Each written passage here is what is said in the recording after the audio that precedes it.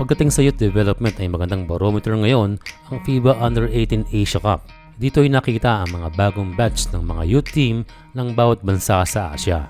Unpredictable dahil may mga nangyaring upset, kagaya lamang ng talunin ng India ang Lebanon na pumasok sa quarterfinals. Nakita ang mga size ng mga players at number 1 dito ang China na palaging may 7-footer.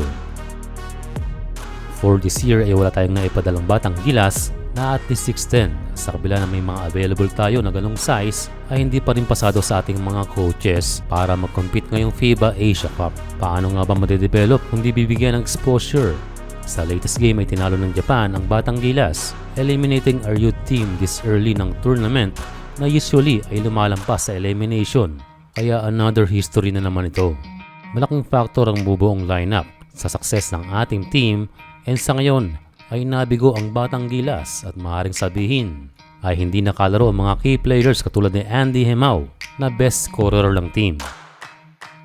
Pero no excuses, ang talo ay talo. Para sa mga Hapon ay bida ang sinasabing Kai Sotto ng Japan na malaki na ang na-develop mula noon.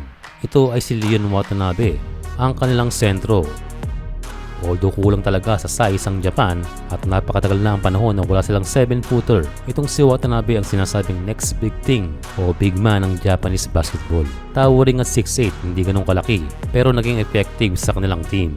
Sa kanyang laro we can see na he is a fundamental player, parang Carl Tamayo, and showing some moves like an early Kai Sotto. Again parang Tamayo, less dunks and more on easy shots at kaya maglaro sa labas. So we may expect na itong si Watanabe ang next gen na haharapin ng ating seniors team kung ito ay patuloy na mag-i-improve. Sa katunayan ay naglalaro na ito sa Division 2 ng Japan B-League. Para sa ating opinion, ang development na ito ng Japan ay dahil sa kanilang programa at sistema. Sa basketball, team play ang magpapanalo at hindi laging individual talent. Sa katunayan ay hands-on ang men's team coach sa kanilang youth team. And again, isang challenge ito para sa ating batang gilas na kung saan nagsisimula ang development at sistema. Kaya ngayon pa lang ay dapat maging efficient ang ating youth program dahil dito nakasalalay ang future ng ating national team.